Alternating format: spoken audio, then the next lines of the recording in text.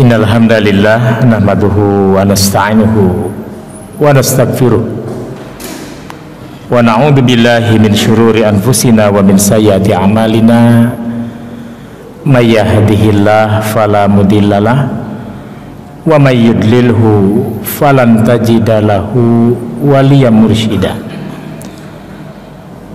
Allahumma sholli ala Muhammadin wa ala ali Muhammad kama shallaita ala Ibrahim wa ala ali Ibrahim wa barik ala Muhammadin wa ala ali Muhammad kama barakta ala Ibrahim wa ala ali Ibrahim fil alamina innaka Hamidum Majid. Asyhadu an la ilaha illallah wahdahu la syarikalah wa asyhadu anna Muhammadan abduhu wa rasuluh la nabiyya wa la rasula ba'da amma ba'du. Sauqaddimu lakum bi tahiyatil Islam tahiyatan mubarakah. Assalamualaikum warahmatullahi wabarakatuh.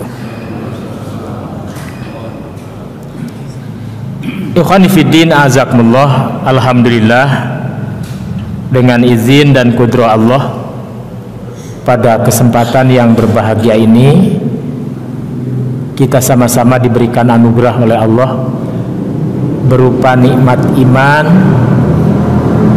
nikmat Islam, dan nikmat ihsan, juga nikmat kemerdekaan yang Allah berikan kepada kita semua. Saudara-saudara,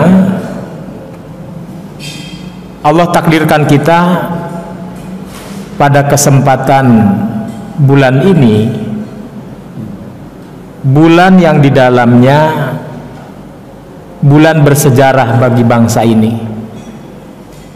Dan sekaligus di bulan ini pula Allah anugerahkan berupa bulan mulia, bulan Dzulhijjah.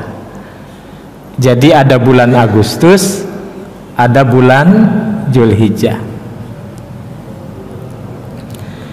Kita akan mencoba mengurai bagaimana kita mensyukuri kemerdekaan yang telah anugerahkan untuk kita. Yang kedua, bagaimana kita melakukan relaksasi dari berbagai persoalan yang ada dengan mengacu kepada pelajaran bulan Dzulhijjah. Jadi ini dua-duanya qadarullah bergabung menjadi satu. Yang pertama, saudara-saudara, minimal ada 4 ya. Ada 4 fenomena pokok yang terjadi di bulan ini. Fenomena yang pertama, di mana bulan Agustus adalah bulan diproklamirkannya negeri ini sebagai bangsa yang merdeka, sebagai bangsa yang berdaulat, sebagai bangsa yang bermartabat, yang dengan segala ikhtiar dan perjuangan rakyat semesta bersama founding father ya, bersama tokoh-tokoh negeri ini, dengan izin Allah berhasil melepaskan belenggu penjajahan. Namun ada hal yang menarik. Ternyata negeri ini tidak serta-merta merdeka begitu saja. Di samping ada ikhtiar manusia, tetapi harus ingat ada pula campur tangan Allah Subhanahu wa ta'ala. Jadi dalam segala apapun kita harus ingat bahwa apa yang terjadi ini bukan semata-mata ikhtiar kita, tetapi ada campur tangan Allah Subhanahu wa ta'ala. Karena itu saudara-saudara, kalau kita melihat paparan tokoh kita, salah satunya Buya Hamka, Haji Abdul Karim Amrullah, yang disingkat jadi Buya Hamka. Buya Hamka pernah mengingatkan kita. Kata Buya Hamka, yang ada dalam proklamasi hanya merdeka dan merdeka. Itu disambut oleh golongan umat Indonesia yang terbesar, yang 90% dengan dorongan Allahu Akbar. Nah, jadi merdeka itu karena dorongan Allahu Akbar. Ini kata Buya Hamka.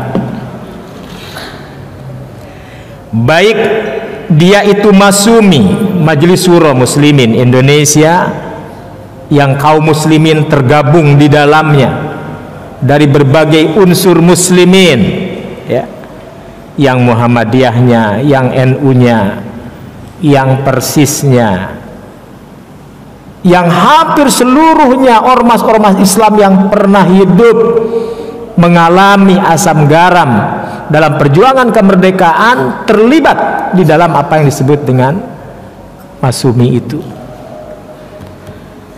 Bahkan Buya Hamka mengatakan begini, kata Buya Hamka, hatta PNI, Partai Nasionalis Indonesia, bahkan mahasiswa pelajar sekolah tinggi yang terdidik berpikir barat datang kepada seorang kiai meminta tuah kebesaran Allahu Akbar. Nah, jadi merdeka ini tidak bisa dipisahkan dari dua kata, Allahu Akbar dan merdeka.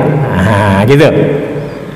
Ini yang harus kita wariskan kepada anak cucu, nanti bapak-bapak, terutama rekan-rekan muda, rekan-rekan pelajar, cari buku judulnya Debat Dasar Negara Islam dan Pancasila Konstituante tahun 1957,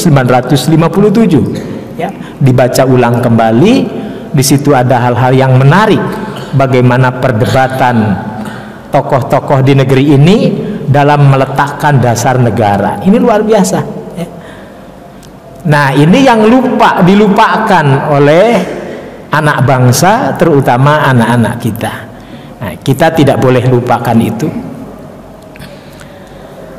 Kemudian saudara-saudara, maka sudah sepatutnya apabila 17 Agustus 2018 ini dijadikan sebuah renungan sejarah bagi anak bangsa, rasa syukur kita akan lebih bermakna apabila dijiwai dengan semangat yang tidak mengabaikan kalimat mulia Allahu Akbar. Karena kebesaran Allah kita menjadi merdeka. Ada ungkapan menarik dari mantan Perdana Menteri Republik Indonesia, pemimpin besar Majelis Syuro Muslimin Indonesia dan Menteri Penerangan Republik Indonesia, siapa gerangan Allahu Yarham Dr. Muhammad Natsir. Beliau mengingatkan dalam salah satu pidatonya begini, kata Pak Natsir, menyambut proklamasi tanggal 17 Agustus kita bertahmid, alhamdulillah. Menyambut hari besoknya tanggal 18 Agustus kita istighfar. Kenapa istighfar? Ada apa dengan tanggal 18 Agustus? Ada yang tahu? Ada yang tahu dengan tanggal 18 Agustus? Ini sejarah. Ada apa dengan tanggal 18 Agustus? Kata Pak Natsir, kita istighfar. Mengapa? Karena hilangnya 7 kata dalam Piagam Jakarta yang mengilhami sila pertama pada dasar negara.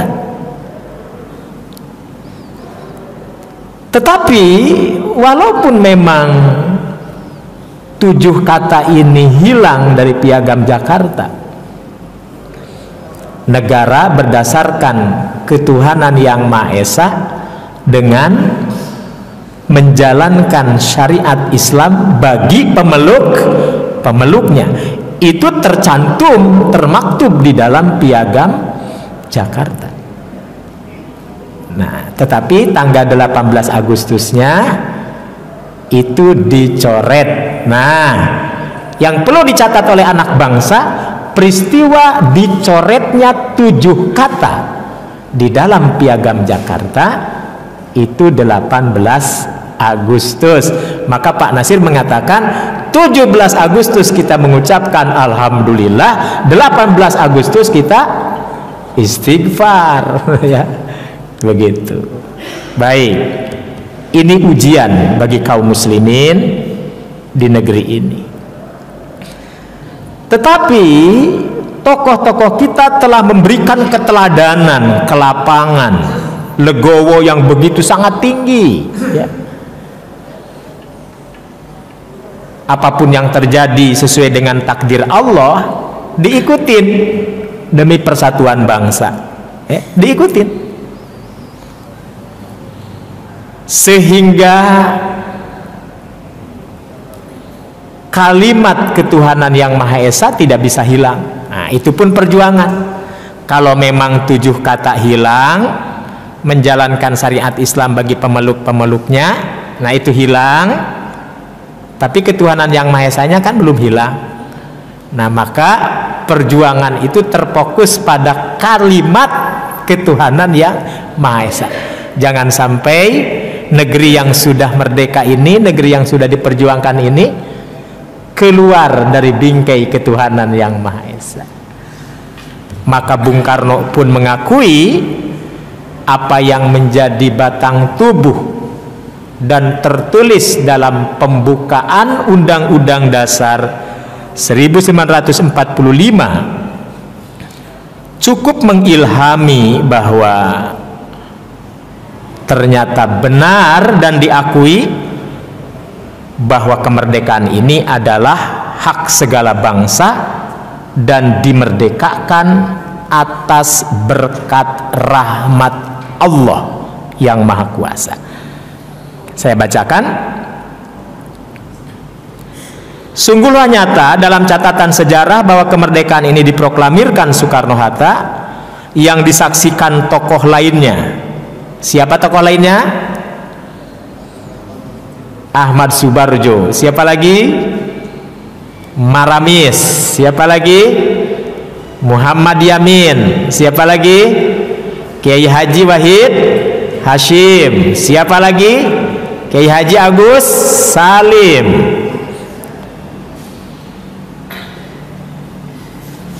Apa bunyinya? Atas berkat rahmat Allah yang Maha Kuasa dan dengan didorongkan oleh keinginan luhur supaya berkehidupan kebangsaan yang bebas, maka rakyat Indonesia dengan ini menyatakan kemerdekaannya. Catat baik-baik, atas dasar berkat rahmat Allah yang Maha Kuasa. Nah, ini atas berkat rahmat Allah. Jadi bukan semata-mata manusia berjuang begitu saja, tetapi perjuangan itu pun dalam bingkai rahmat Allah Subhanahu wa taala. Oleh karena itu sangatlah naif sekali bila kita setiap datang bulan Agustus lalu kita melupakan siapa sebenarnya yang memerdekakan kita. Nah, ini renungan kemerdekaan, ya. Renungan kemerdekaan itu. Ikhwani fiddin azakumullah, apa arti merdeka dalam timbangan akidah? Rib'i bin Umair, seorang sahabat Nabi pada masa kekhalifahan Umar ibn Khattab. Rib'i bin Umair diutus untuk menghadapi pasukan Persia di bawah kekaisaran Yajdajirda, jenderalnya Rustum. Panglima yang diangkat Sa'ad bin Abi Waqqas. Diplomat yang diutus Rib'i bin Umair. Rib ibn Umair datang ke sebuah kota, pintu masuk kekaisaran Persia, Qadisiyah. Ditanya oleh Jenderal Rustum, kata Jenderal Rustum, wahai orang Arab, apa yang menyebabkan kalian datang kemari? Apakah kalian tidak takut? Kekaisaran Persia adalah kekaisaran yang agung, kekaisaran besar dengan bala tentara yang kokoh, yang kuat. Apa yang menyebabkan Anda berani datang kemari?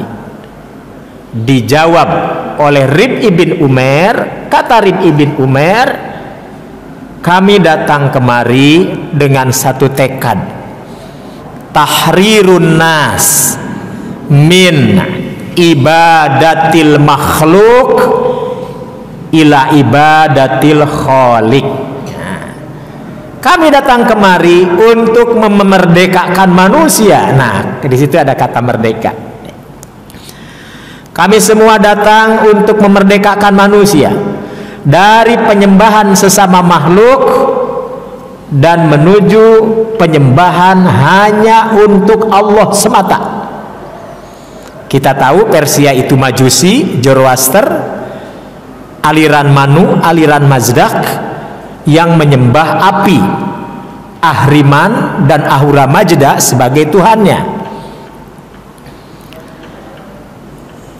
Pasukan Sa'ad bin Abi Waqqas, utusan Khalifah Umar, dengan diplomasinya Rib ibn Umair datang menaklukkan Persia dengan tekad memerdekakan manusia dari penyembahan sesama makhluk. Api adalah makhluk, air adalah makhluk, batu adalah makhluk, manusia juga makhluk, tidak patut disembah. Hanya Allah lah yang patut disembah, yang menciptakan mereka. Nah, karena itu Al-Imam Ibnu Taimiyah di dalam kitabnya Al-Ubudiyah, Imam Ibnu Taimiyah menulis kitab Al-Ubudiyah. Apa artinya ibadah? Ibadah adalah ketundukan. Apa arti ketundukan? Memerdekakan diri dari berbagai belenggu yang mengikat kita untuk tidak menyembah Allah. Nah, jadi hakikatnya kita merunduk, hakikatnya kita mengabdi hanya kepada Allah Subhanahu wa taala semata. Nah, oleh karena itu kalimat la ilaha illallah dimaknai para ulama la ma'buda bihaqqin illallah. Tidak ada yang berhak disembah dengan yang sebenarnya kecuali Allah Jalla Jalaluh. Nah, ini merdeka kita. Gak ada yang dorong-dorong, gak ada yang maksa-maksa sholat subuh berjamaah, gak ada yang maksa-maksa. Dorongan jiwa, merdeka kita. Sholat 5 waktu, saum, menunaikan haji, umroh, berzakat, berinfak, merdeka. Sudahkah kita menjadi orang yang merdeka dari berbagai belenggu penjajahan untuk semata-mata menyembah Allah? Demikian pula dalam perjuangan, demikian pula dalam mencari nafkah, demikian pula dalam berpolitik, demikian pula dalam membela kebangsaan kita. Kalau lepas dari Allahu Akbar, kalau lepas dari la ilaha illallah, Masya Allah, sia-sia amal kita. Berangkat pagi pulang malam, mencari nafkah ke masing-masing profesinya, tapi landasannya bukan lillah alallah. Nah, ini sia-sia sekali. Mati-matian berjuang demi siapa, demi siapa, demi apa, demi apa, ternyata Allahnya ditinggal. Nah, ini kita belum merdeka banget ya. Nah, bahkan kita menunjukkan dengan suasana yang bisa jadi Allah kurang ridho dengan kita semua. Nah, ini renungan pertama. Renungan pertama bulan ini Allah takdirkan kita berada pada bulan Agustus, di mana bulan Agustus dikenal dengan bulan kemerdekaan kita. Itu satu. Yang kedua, bulan ini pula kita menyaksikan dan merasakan bagaimana perhelatan negeri ini yang begitu sangat gegap gempita dari peristiwa yang satu ke peristiwa yang lain. 2019 itu adalah merupakan titik fokus para politisi, para aktivis, dan mau tidak mau kaum muslimin yang ada di dalamnya sebagai anak bangsa pun terlibat untuk menentukan nasib 5 tahun ke depan. Terus seperti itu. Nah, ini juga sedang terjadi di bulan ini. Saya tidak perlu mengurai, saya tidak perlu menjelaskan. Insya Allah semuanya sudah sama-sama paham, sama-sama dewasa. Tapi yang jelas, lagi-lagi, kalau bukan karena landasan lillah, semuanya menjadi sia-sia belaka.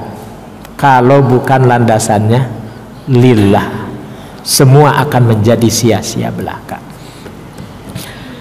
Oleh karena itu, kenapa Pak Natsir mengingatkan umat Islam tidak akan pernah lupa. Nah, ini perlu dicatat kata-kata Pak Natsir ini. Umat Islam tidak akan pernah lupa. Apanya yang tidak pernah lupa? Tokoh-tokoh kita, tokoh-tokoh muslimin dulu begitu sudah berjuang mati-matian sampai mencapai kata sepakat, ya.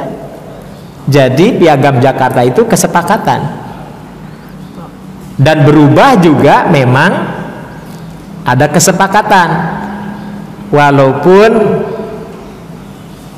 kecewa dan mengecewakan. Akan tetapi tokoh umat sudah memperlihatkan keteladanannya demi bangsa, ya.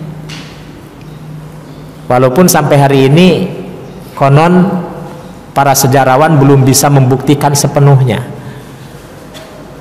yang keberatan dari timur itu siapa, begitu kan. Sejarah menyebut banyak keberatan. Nah, yang keberatan itu siapa?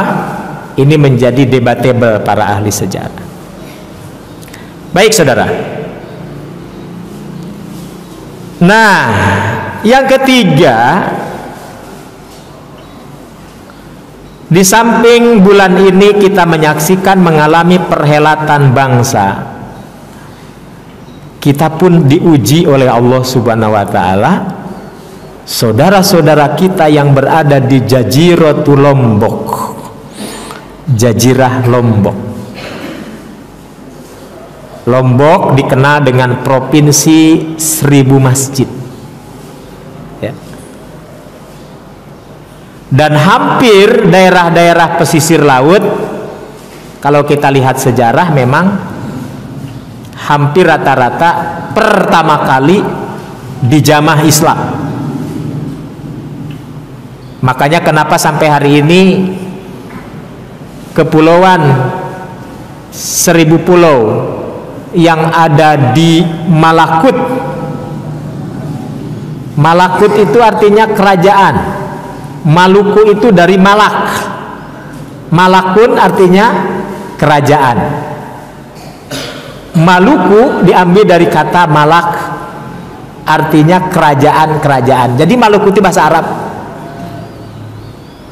Kepulauan yang terdiri dari ribuan pulau-pulau yang dulu berdiri kerajaan-kerajaan Islam. Kerajaan Tidore, kerajaan Ternate, ya. Tokoh-tokohnya banyak, ada Karaeng Galesong, macam-macam, banyak sekali.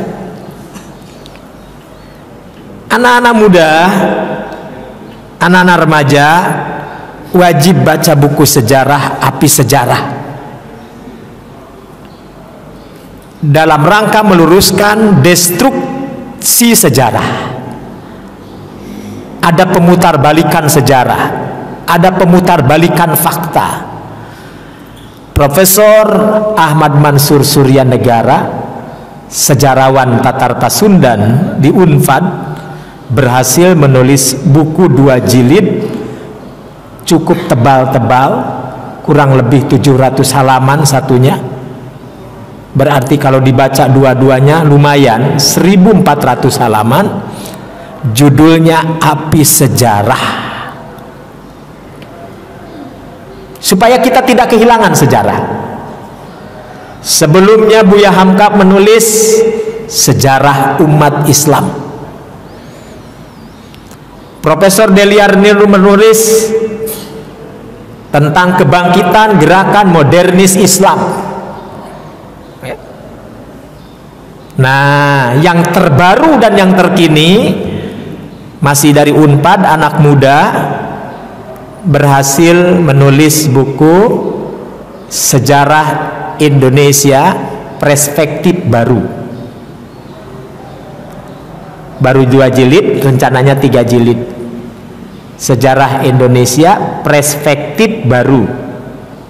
Ini juga satu upaya meluruskan fakta data sejarah. Nah, ini wajib dibaca. Sekarang sedang disosialisasikan di sekolah-sekolah, di kampus-kampus, terutama rekan-rekan para aktivis muda muslim untuk melek sejarah agar kita tidak dikelabui oleh sejarah. Nah, jadi dulu kenapa ada Maluku? Karena memang dulunya kerajaan-kerajaan Islam, kesultanan-kesultanan Islam. Lombok termasuk negeri yang kanan kirinya laut, kini tengah diuji oleh Allah Subhanahu wa Ta'ala. Terlepas dari analisa ilmiah bahwa lempeng bumi sepanjang lautan kita, hatta Pulau Jawa sekalipun, dalam ancaman gempa dahsyat, dan Lombok termasuk yang rawan gempa itu. Walaupun belakangan tentu kita pun membaca kabar-kabar yang cukup miris, ya, artinya keingkaran demi keingkaran manusia terhadap Tuhannya, melupakan Tuhannya. Tetapi di depan mata musibah itu sudah terjadi, dan ini terjadi di bulan ini. Apa yang harus kita lakukan? Ternyata kita pun tidak pernah melupakan bagaimana keterlibatan Allah di dalam hal ini. Karena itu minimal Rasulullah Shallallahu Alaihi Wasallam apabila berhadapan dengan peristiwa, maka kita memohon doa kepada Allah. Allahumma ja'alha rahmatan wala taj'alha adaban. Ya Allah, jadikan semua peristiwa ini rahmat, jangan engkau jadikan peristiwa ini adab. Imam Ibnu Qayyim menulis kitab judulnya Al-Bala. Para ulama mufassirin membedakan di dalam Al-Quran ada kalimat menimpa itu ada 3 minimalnya. Ada bala, ada musibah, ada fitnah. Tiga-tiganya ada dalam Al-Quran. A'udzubillahi minasyaitonirrajim. Wala nabluwannakum bisyai'im minal khaufi wal ju'i wa naqsi minal amwali wal anfusi was samarat wa basyiris sabirin alladzina idza asabathum musibatun qalu inna lillahi wa inna ilaihi rajiun. Nah, jadi jangan lupakan kalimat inna lillahi wa inna ilaihi rajiun. Abu Musa al-Ash'ari, seorang sahabat Nabi, menceritakan bahwa Allah Rabbul Alamin pernah berdialog dengan malaikat pencabut kematian. Saya tanya Bapak Ibu, siapakah malaikat pencabut kematian? Siapakah malaikat pencabut kematian? Malakul maut. Ada yang jawab Ijroil, dan itu yang populer, Ijroil. Tapi setelah diseleksi oleh para ulama ahlul hadis, nama Ijroil itu tidak ada katanya Pak. Jadi nama Ijroil itu berdasarkan riwayat, dan riwayatnya dinyatakan oleh ahli hadis lemah. Kata Syekh Albani, nama Ijroil itu lemah riwayatnya. Dan yang sahih, yang menyebut malaikat pencabut kematian itu sesuai dengan tugasnya, ya malakul maut tadi, malaikat pencabut kematian. Kata Abu Musa al-Asy'ari menceritakan Rasulullah Shallallahu Alaihi Wasallam mengatakan bahwa Allah Rabbuna Tabaraka wa Ta'ala bertanya kepada malaikatnya, wahai para malaikatku, wahai malaikat pencabut kematian, engkau telah ambil seseorang, engkau telah ambil nyawa orang yang disayangi, engkau telah ambil buah hatinya. Apakah engkau menyaksikan bagaimana sikap orang yang buah hatinya engkau ambil itu? Nah, ternyata selama ini malaikat sambil mencabut nyawa, sambil memperhatikan orang-orang yang hidup, yang ada keterkaitan dengan orang yang diambil itu Pak. Anak kita meninggal, diambil, lalu Allah tugaskan malaikat untuk mencabutnya. Nah, malaikat juga sambil memperhatikan kita sebagai bapaknya. Jadi kata malaikat, ketika aku mengambil nyawa anak tersebut, orang tuanya mengucapkan inna lillahi wa inna ilaihi raji'un. Nah, mungkin kalau tafsirannya termasuk bagaimana yang mendengarkan? Yang mendengarkan juga inna lillahi wa inna ilaihi raji'un. Oleh karena itu Nabi mengatakan ma'asoba ahadukum, siapa yang mendapatkan musibah salah satu di antara kalian, hatta syaukah, sampai tertusuk duri sekalipun,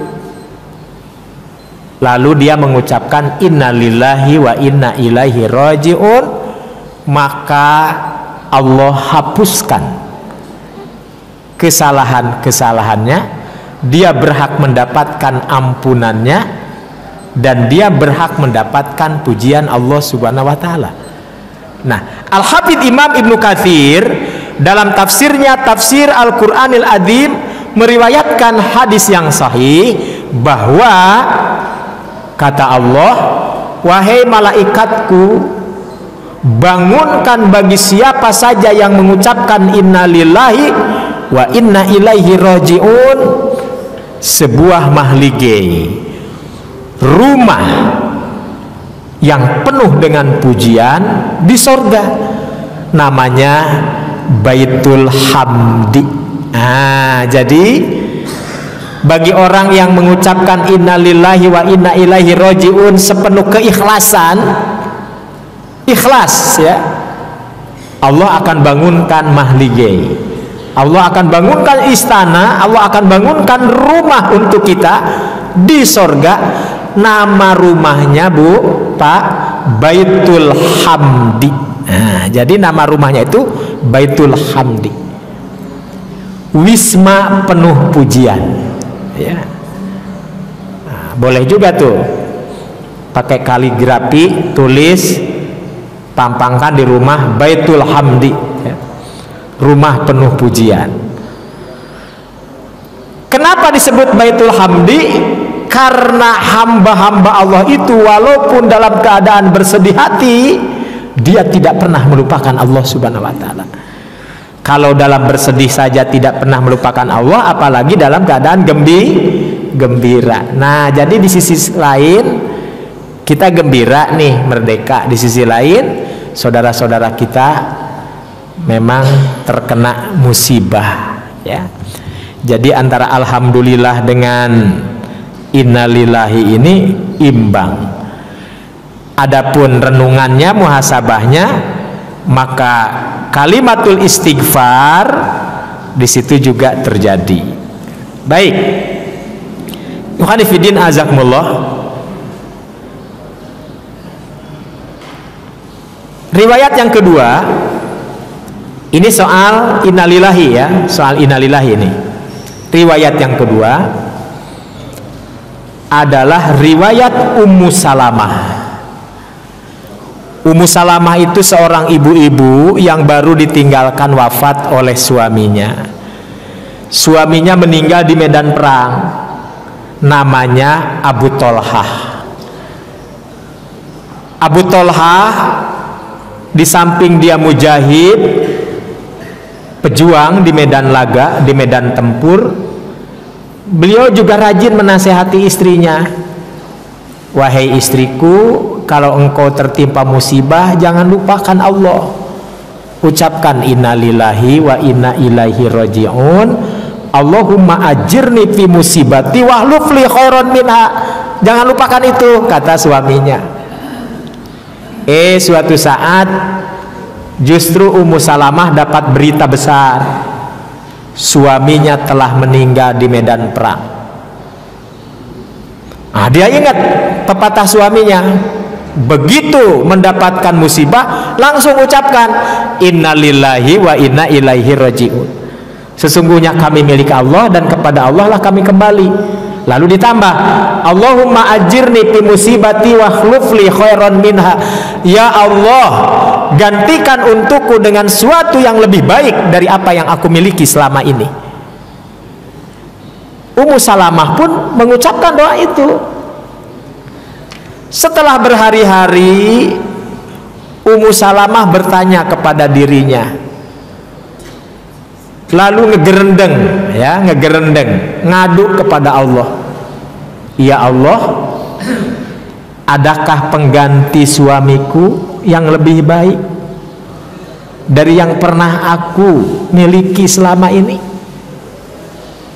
Nunggu berhari-hari. Akhirnya Ummu Salamah ngadu ke Nabi. Ya Nabi Allah, wahai Rasul, wahai Nabi Allah, suamiku ketika hidup seringkali menasihati aku seperti itu. Sekarang aku bertanya, adakah suami pengganti yang bisa melanjutkan kehidupan ini, yang menjadi pendampingku, yang melanjutkan perjuangan suaminya? Nabi ditanya begitu diam. Jadi Ummu Salamah nagih janji terhadap doanya, Pak, ya. Kan minta kepada Allah, katanya nanti Allah berikan yang bergantinya. Selama ini beliau belum dapat pengganti juga. Akhirnya ngadu ke Nabi. Kata Nabi, wahai Ummu Salamah, tunggu sebentar, aku akan bertanya dulu. Aku akan bertanya kepada Abu Bakar As-Siddiq. Jadi Nabi nanya sama Abu Bakar, ya Abu Bakrin, wahai Abu Bakar, Abu Tolhah meninggalkan Ummu Salamah. Sudilah kiranya engkau menjadi pengganti Abu Tolhah. Abu Bakar diam, Pak, nggak jawab, bingung jawabnya apa, ya? Karena Abu Bakar diam, maka Nabi mengalihkan pertanyaannya kepada Umar. Ya Umar, Abu Tolhah meninggal, dia meninggalkan Ummu Salamah. Sudilah engkau menjadi penggantinya Abu Tolhah. Umar pun diam. Ditanya lagi Utsman bin Affan radhiyallahu anhu. Wahai Utsman, Abu Tolhah meninggal, dia meninggalkan Ummu Salamah. Sudilah kiranya menjadi suami pengganti daripada Abu Tolhah. Utsman pun diam. Kita tahu dalam sejarah Abu Bakar itu siapanya Nabi? Abu Bakar siapanya Nabi? Mantu ya. Umar juga mantu Nabi? Mantu Nabi juga. Kalau Utsman? Kalau Utsman? Terbalik ya. Kalau Utsman mantu. Kalau Utsman mantu. Kalau Abu Bakar dan Umar mertua, maksudnya mertua. Nah, tiga-tiganya diam. Karena tiga-tiganya diam, maka Nabi menyimpulkan berarti tidak siap. Ya sudah, Nabi pun kembali. Sementara Ummu Salamah menunggu jawaban. Karena Ummu Salamah menunggu jawaban, maka pada akhirnya Nabi menyimpulkan, aku yang harus bertanggung jawab. Maka Nabi pun datang kepada Ummu Salamah, lalu menikahi Ummu Salamah. Kata Ummu Salamah, benar kata suamiku. Jadi benar kata suamiku, dan aku ternyata sekarang mendapatkan suami pengganti yang lebih baik dari suamiku, lebih baik dari Abu Bakar, lebih baik dari Umar, lebih baik dari Utsman. Siapa? Rasulullah. Rasulullah manusia terbaik di dunia ini. Nah, jadi tentu bapak-bapak bertanya, kalau saya ngucapin itu bisa nggak ya seperti Ummu Salamah, katakan. Nah, ternyata tidak sama. Berarti bukan salah innalillahinya, Pak. Nah, mungkin keimanan kita belum sama seperti Abu Thalhah, keimanan kita belum sama seperti Ummu Salamah. Nah, saya hanya ingin menyampaikan bahwa kalimat innalillahi wa inna ilaihi rajiun, Allahumma ajirni fi musibati wahlub li khairon minha, itu bukan kecil nilainya di mata Allah ketika kita ucapkan menghadapi musibah. Nah, kembali kepada dialog Nabi dengan para sahabat ya. Hadis yang ketiga masih dialog Aisyah dengan Nabi. Kata Nabi, idza dhaharul fasad, apabila terjadi kerusakan di muka bumi, maka Allah tidak sia-sia, tidak segan-segan akan menimpakan azabnya. Maka dijawab oleh Aisyah, ya Rasulullah, bagaimana Allah timpakan azabnya? Sementara di antara penduduk bumi ini unasun solihuna, masih banyak orang soleh. Kenapa harus diadab semuanya? Kenapa harus diadab semuanya? Kan masih banyak orang soleh. Dijawab oleh Nabi, wahai Aisyah, bagi mereka orang-orang soleh, bagi mereka orang-orang beriman, maka musibah, bala, azab, fitnah itu akan berubah menjadi rahmat. Nah, oleh karena itu memang kita akui ini musibah besar, terlepas dari sebab dan lain sebagainya. Tapi kaum mukminin, kita nih yang di sini ikut mendapatkan rahmatnya juga. Berdonasi itu rahmat, mengumpulkan harta itu rahmat. Kemarin dapat laporan di televisi, Muhammadiyah saja mengumpulkan dapat berapa? 5 miliar ya, luar biasa. Kemudian belum yang lainnya. Nah, kemudian belum dari masjid ini, belum dari masjid ini, dari masjid ini. Kalau dikumpulkan, semua orang tergerak untuk berdonasi, bukankah itu rahmat? Nah, jadi mengubah musibah menjadi rahmat. Benar kata Nabi, doa tadi sudah benar. Allahumma ij'alha rahmatan wala taj'alha adzaban. Nah, di samping memang muhasabah terhadap kesalahan-kesalahan yang dilakukan. Terakhir, fenomena di bulan ini kita relaksasi dengan turunnya, dengan menyapanya bulan mulia Dzulhijjah. Terlepas dari perdebatan. Nah, ini juga ujian lagi. Jadi kita terus diuji nih. diuji kebersamaan, diuji kepandaian, diuji kecerdikan, diuji fikih kita, diuji kedewasaan kita.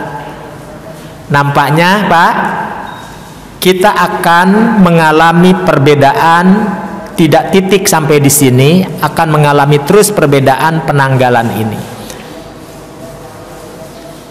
Apakah itu suatu hal yang aib? Bukan Pak, itu ilmu. Nah, jadi sikapnya kita harus berubah. Kita menjadikan itu semua ilmu. Mengapa disebut ilmu? Karena di zaman sahabat pun pernah terjadi masalahnya. Ibnu Abbas duluan melihat hilal. Muawiyah duluan melihat hilal di Damaskus. Ibnu Abbas belakangan melihat hilalnya di Madinah. Madinah Damaskus beda. Karena beda matlaknya, maka hasilnya pun beda. Sama tanggalnya, beda harinya. Nah, sama seperti kemarin. Sama-sama mengacu tanggal 9 Zulhijjah. Tapi ketika diharikan jadi beda. 9 Zulhijjah di kita hari Selasa. 9 Zulhijjah di Saudi hari Senin. Maka otomatis 10 Zulhijjahnya beda juga. Di kita Rabu, di sana Selasa. Fadilatul Syekh Shalih Utsaimin, ulama besar, murid Syekh Abdul Aziz bin Baz.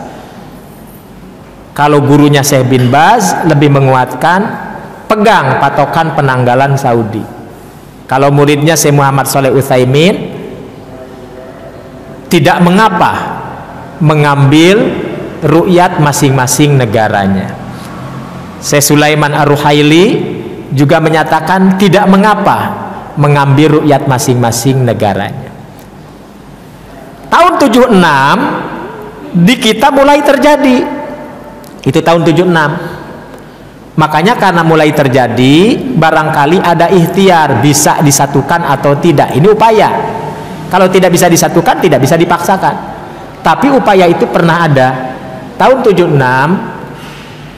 dikirimkanlah surat ke organisasi Konferensi Islam. Rabithah Alam Islami, diterima oleh Syekh Muhammad Shaleh Qojaz. Syekh Shaleh Qojaz bertanya kepada Syekh Azhar. Kata Syekh Azhar, kalau terjadi perbedaan penanggalan Arafah berbeda dengan penanggalan Arab Saudi Arabia, kata Syekh Azhar sebaiknya ngikuti Arab Saudi saja. Lalu dikuatkan dalam konferensi Istanbul. Maka ini dipegang oleh beberapa negara dan sebagian kaum muslimin di negeri kita. Itu semua wajar terjadi. Tetapi itu bukan satu-satunya kesimpulan. Kenapa? Karena tadi contohnya menyebutkan di zaman Nabi pun memang, di zaman sahabat pun memang pernah berbeda cara memandang hilal itu. Walau sama-sama ru'yat, beda hasilnya. Walau sama-sama hisab, beda hasilnya. Maka ditulis di dalam kitab Nailul Autor Imam Asy-Syaukani, ada satu bab untuk bisa kita pelajari. Di situ ada bab bayanu anna likulli baladin ru'yatuhum. Bab yang menjelaskan tentang setiap penduduk negeri boleh meru'yat di negerinya masing-masing. Jadi dua-duanya sah, Pak. Ya. Jadi dua-duanya sah. Maka ini disebut ikhtilaf syar'i. Nah, ikhtilaf syar'i itu perbedaan pendapat yang dikuatkan dengan argumentasi yang bisa dipertanggungjawabkan. Nah, kecuali kalau asal beda tidak bisa dipertanggungjawabkan hujahnya, nah itu tidak boleh. Tapi kalau berbeda bisa dipertanggungjawabkan hujahnya, itu ikhtilaf syar'i, ya.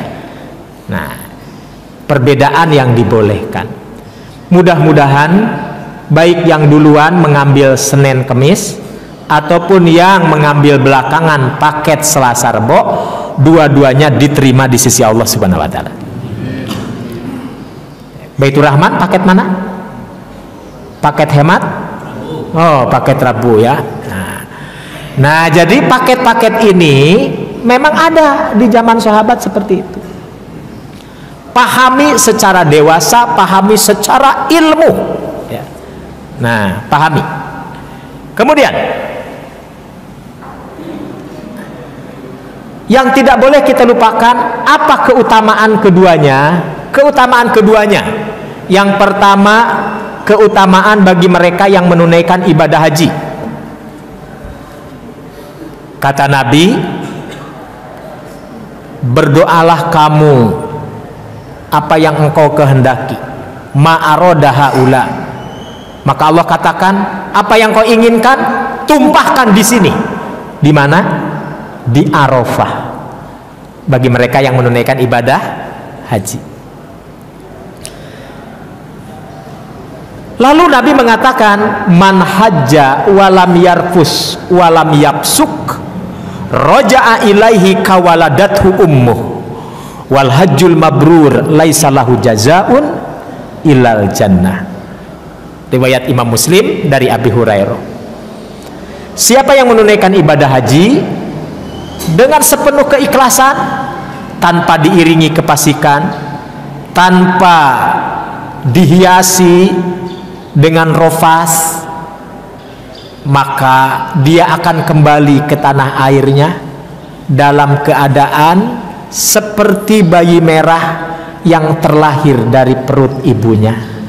Tuh, ini bagi mereka yang menunaikan ibadah haji harus betul-betul memperhatikan adab, etika, sunnah, dan jangan sampai ada pelanggaran-pelanggaran. Karena orang yang sepenuh hati, bersih, tanpa kefasikan menunaikannya, dia kembali bagaikan bayi merah yang keluar dari rahim ibunya. Luar biasa. Ini pahala di sisi Allah luar biasa bagi mereka yang menunaikan ibadah haji.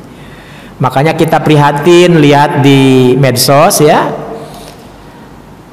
niatnya kepengen mengusap Ka'bah, pengen mencium Ka'bah, tapi tanpa ilmu ya, tanpa ilmu. Dia berebut, sudah dekat di pintu Ka'bah, punya keinginan lain. Kok punya keinginan masuk ke dalam Ka'bah ya? Tidak ada sunnahnya untuk masuk ke dalam Ka'bah. Kenapa punya pikiran pengen masuk ke dalam Ka'bah sampai dia loncat masuk ke dalam pintu Ka'bah? Nah, yang ironisnya, masya Allah, Allah tunjukkan, apalagi dalam posisi dia pakai kain ihram, kain ihramnya nyangkut ya, kebelat-kebelit, akhirnya baragadal aja, copot, naudzubillah, kain ihram copot di pintu Ka'bah, dirilis oleh dunia, akhirnya dunia tahu. Tuh, jadi memang ini gara-gara semangat tanpa ilmu itu begitu. Makanya Nabi dari awal mengatakan, kalau mampu mencium, ciumlah. Kalau memang tidak akan mampu mencium, pakai isyarat. Nanti kalau memang mau mencium, kalau suasananya sudah sangat reda, dan jangan dalam posisi yang sulit. Kalau penasaran itu juga. Kalau nggak penasaran, nggak apa-apa juga. Nggak apa-apa juga. Nah, itu salah satu contohnya. Jadi itu bagi yang haji. Bagi yang saum Arafah, bagi yang tidak haji, saum Arafah, saum tanggal 9 Zulhijjahnya. Maka Nabi ditanya, su'ila an saumi yaumi Arafata, Nabi ditanya tentang keutamaan saum Arafah. Nabi menjawab, yukafiru sanatain, menghapuskan dosa 2 tahun berturut-turut. madiyatan wa mustaqbalatan, 1 tahun yang lalu dan 1 tahun yang akan datang. Berarti dua-duanya mendapatkan keadilan Allah. Yang berangkat haji dihapus dosanya, bagaikan orang itu seperti bayi yang keluar dari rahim ibunya. Bagi yang tidak haji, saum 2 tahun berturut-turut. Nah, jadi ini yang kita harapkan kepada Allah Subhanahu wa taala. Baik yang saumnya duluan berarti Senin, ataupun yang saumnya Selasa. Nah, muncul problem baru. Pak, kalau Selasa masih saum, sementara Selasa sudah ada yang takbiran dan sholat Idul Fitri, apa itu tidak hari yang meragukan masuknya? Tidak jadi hari yang meragukan kalau kita yakin. Jadi ragu itu karena tanpa ilmu. Yakin juga harus dengan ilmu. Maka kata para ulama, al yakinu huwa al ilmu. Yang disebut yakin itu pakai ilmu. Nah, oleh karena itu insya Allah yang ngambil paket Senin Selasa pakai ilmu, yang ngambil Selasa Rebo juga pakai ilmu, sehingga dua-duanya dicatat oleh Allah sebagai amalan makbulah, amal yang diterima di sisinya. Demikian yang dapat saya sampaikan. Mudah-mudahan fenomena-fenomena yang terjadi di bulan ini, di situ ada kebahagiaan, di situ ada kemerdekaan, di situ ada muhasabah, ya, ada introspeksi, di situ juga ada anugerah Allah Subhanahu wa taala untuk kita semua. Demikian, subhanakallahumma wa bihamdika asyhadu an la ilaha illa anta astaghfiruka wa atubu ilaik. Wassalamualaikum warahmatullahi wabarakatuh.